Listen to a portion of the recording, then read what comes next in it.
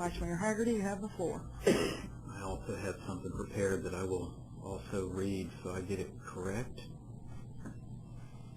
And what I would like to say is this. During this past week, I have read a 23-page summary of Ms. Flowers' findings, dated May 7th, as well as approximately 600 pages of sworn testimony and depositions compiled during the last few weeks.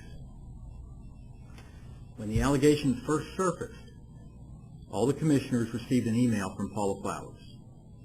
The email contained information from both complaints, the complaint filed against Hatton Wright and the complaint filed against Linda Elam. In Ms. Flowers' email, she cites the ethics ordinance, Title 13-1-110, which in part says, and I quote, this is from the ethics ordinance and it is from your email, Ms. Flowers, the interpretation that a reasonable person in the circumstances would apply shall be used in interpreting and enforcing this code of ethics. The Commission, in our meeting when we appointed Ms. Flowers to the investigations, used similar language in its request to her regarding the reasonable person standard. After reading the 23-page summary, it is clear it is not written from a reasonable person viewpoint, but from a strict legal perspective. In the interest of time, I will speak quickly to the allegations in paragraphs 2 and 3. Paragraph 2 asserts that the public statements made by the mayor violated the ethics code by publicly disclosing confidential information. Paragraph 3 asserts that the mayor has violated the ethics code by nature of her employment arrangement with CRS. While the city attorney finds some legal factual basis on paragraph 2 and no legal factual basis on paragraph 3, I cannot fully agree.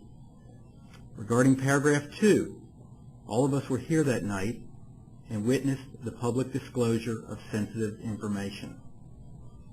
While perhaps not a legal violation of the code, it was certainly improper and poorly handled.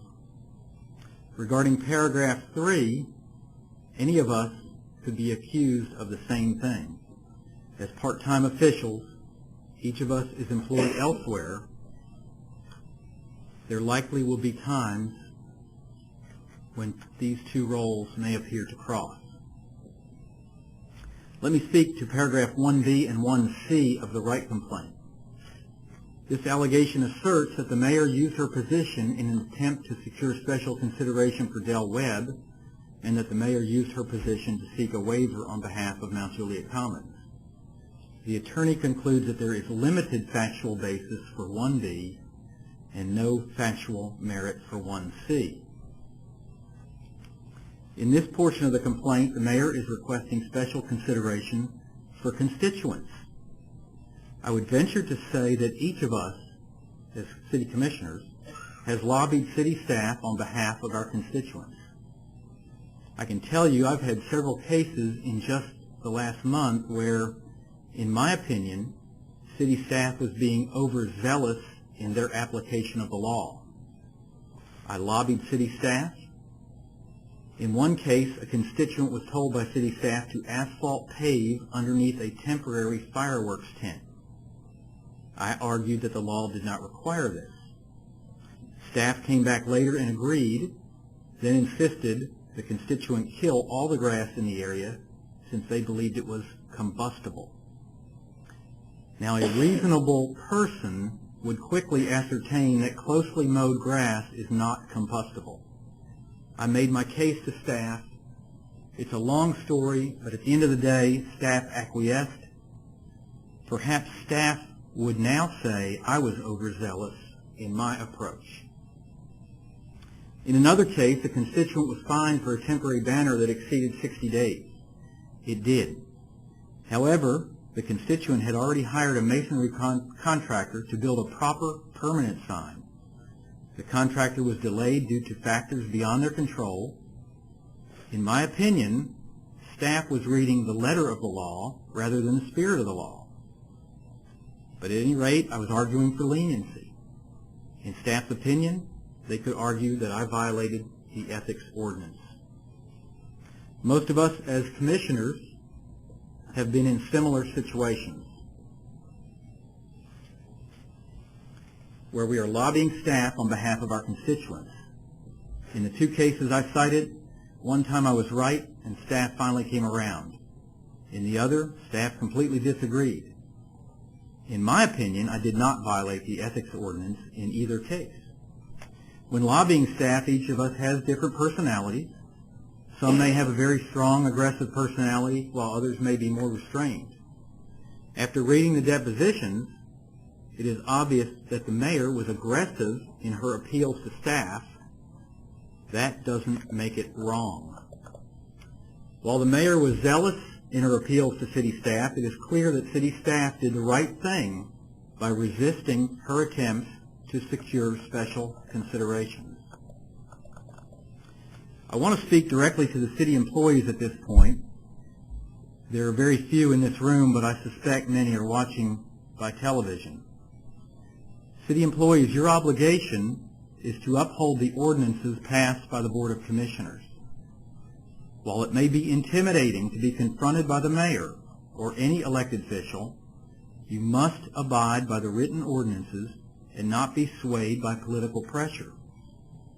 You should feel comfortable even saying to any elected official to return to the city commission table, get 2 more votes, then we can do what you are asking. Now finally, let me speak to paragraph 1A.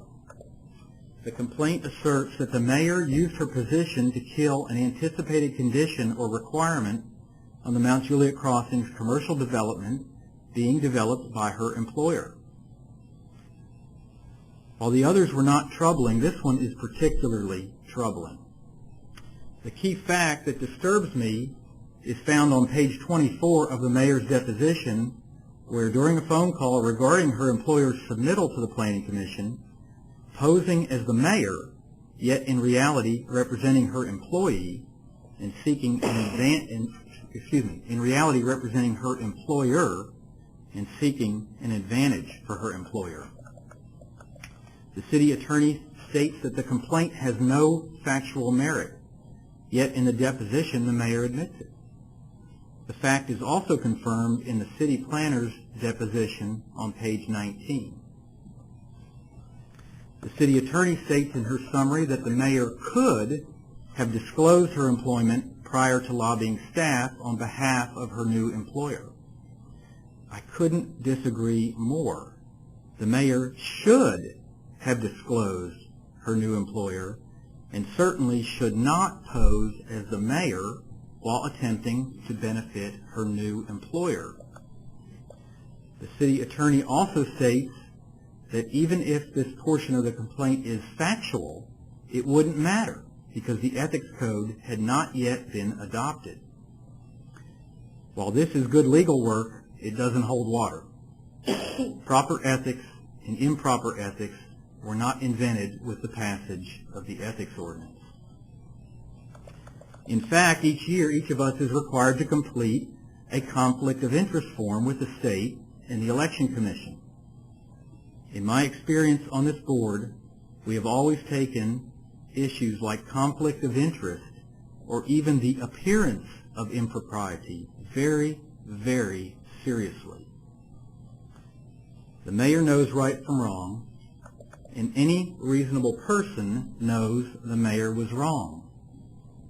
The public is due an explanation and an apology.